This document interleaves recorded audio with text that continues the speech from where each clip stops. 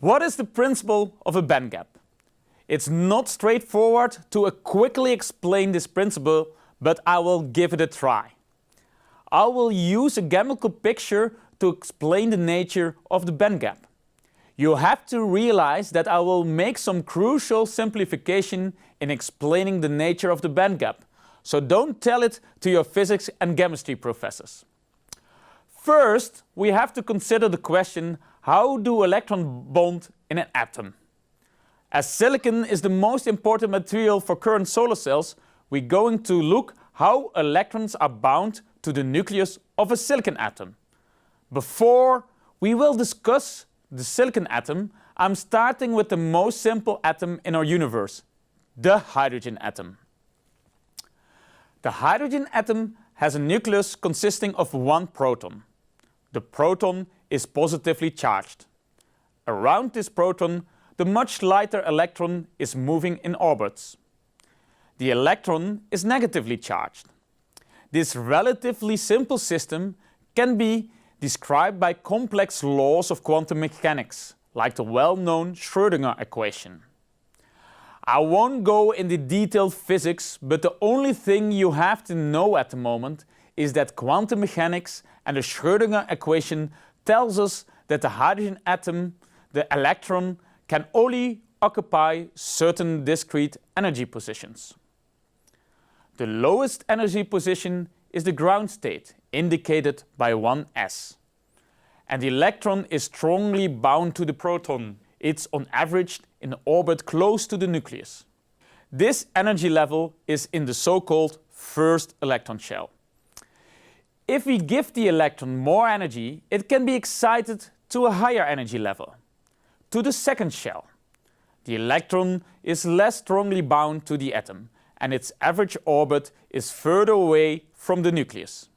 In the second shell, we find two types of electronic energy levels, 2s and 2p. If we give the electron even more energy, it can be excited to the third shell.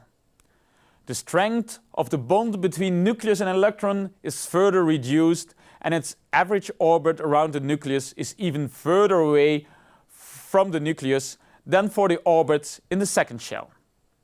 In the third shell, three types of electron states are present. However, in this course, for simplicity, we only consider two types of electronic energy levels, 3s and 3p. Here, the electronic orbital of the electron in the ground state is shown. The orbital reflects the volume in which the electron might be present during its journey around the positron.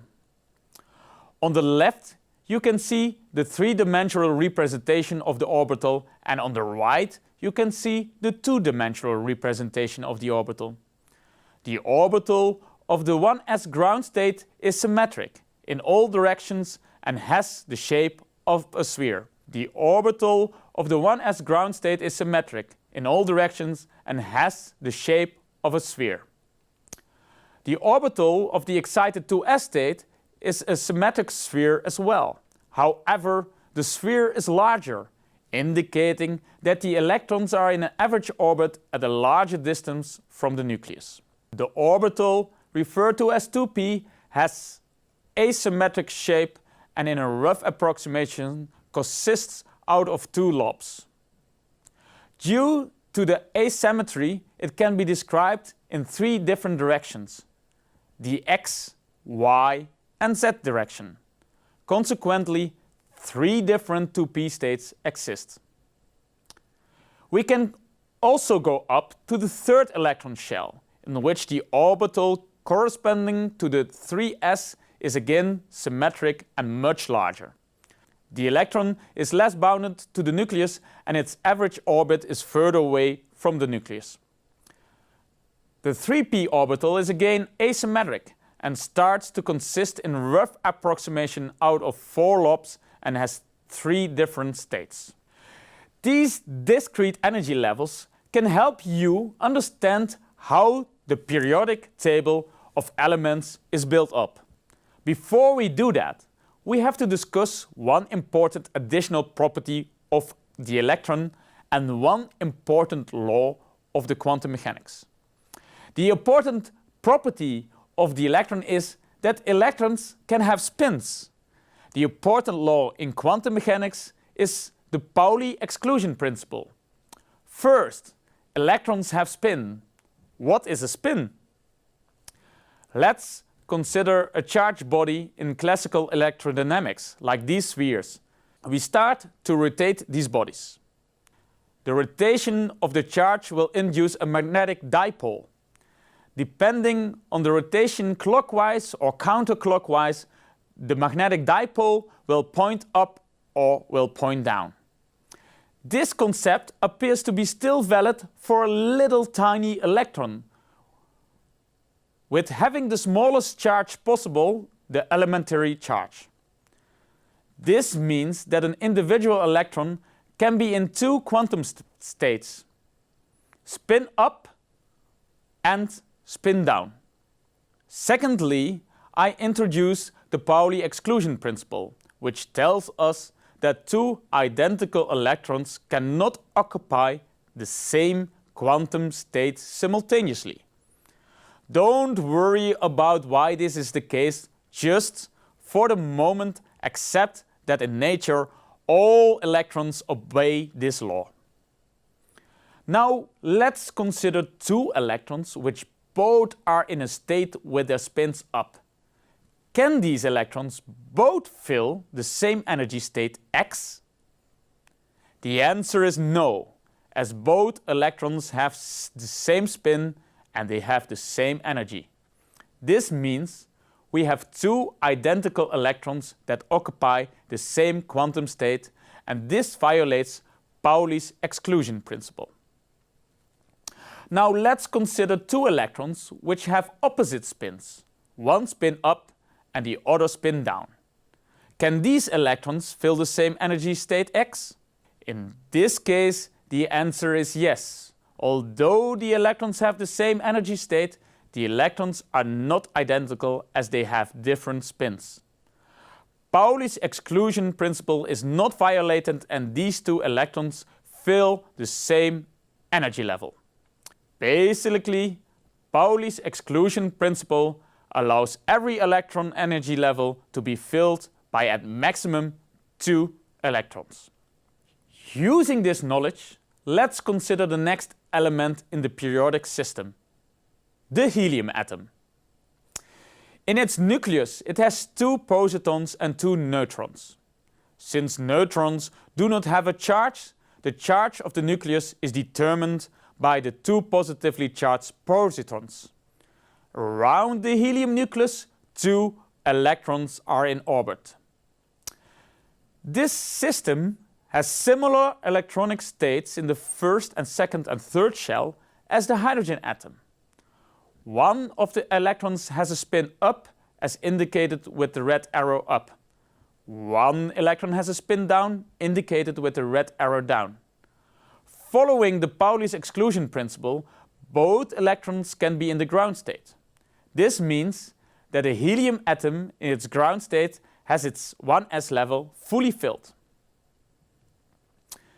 If we now move to the next element in the periodic system, the lithium atom, the nucleus has besides 3 neutrons, 3 positrons and 3 electrons in orbit around its nucleus. Following the Pauli's exclusion principle, the third electron cannot join the 2 other electrons in the 1s ground state, because whether it has a spin up or a spin down, it always will be identical to one of the other electrons in the ground state. As a result, the third electron will fill the next lowest state, which is the 2s state. The next element in the periodic system is beryllium, which has 4 electrons in the orbit around the nucleus. These 4 electrons fully fill up the 1s and the 2s electronic states. The next element is boron. It has 5 electrons in orbit and can fill up to 1 electron in the 2p state, and has a total of 3 electrons in the second shell. The next element is carbon. It has 6 electrons in orbit and can fill up to 2 electrons in the 2p states and has in total 4 electrons in the second shell. So basically, carbon has its second shell not fully filled. As we discuss in the next block, the electrons in not fully filled outer shell are responsible for making the bond with other atoms in molecules or solids. As carbon has 4 electrons available in the not fully filled shell, carbon can make 4 covalent bonds like in methane gas or in diamond. The next element is nitrogen. It has 7 electrons in orbit around the nucleus and can fill up to 3 electrons in the 2p state. The next element is oxygen. It has 8 electrons in orbit around the nucleus and can fill up to 4 electrons in the 2p state. Fluorine has 9 electrons in orbit around its nucleus and can fill up to 5 electrons in the 2p states. Neon has 10 electrons in orbit around its nucleus and fills up the 2p fully with 6 electrons.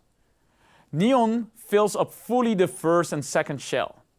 We also know that neon has very low chemical reactivity, similar like helium, which fully fills up the first shell.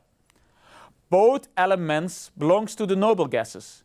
This indicates that atoms with only fully filled shells cannot easily make bonds to other atoms, to make molecules or even solids, while atoms with not fully filled outer shells are able to make bonds. The next element, sodium, fills the 3s state with 1 electron. The magnesium fully fills up the 3s state with 2 electrons.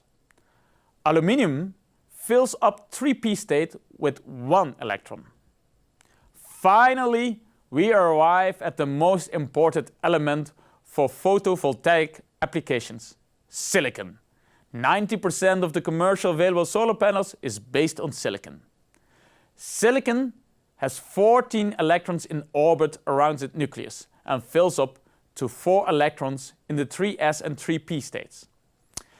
These 4 outer atoms are the weakest bound to the nucleus.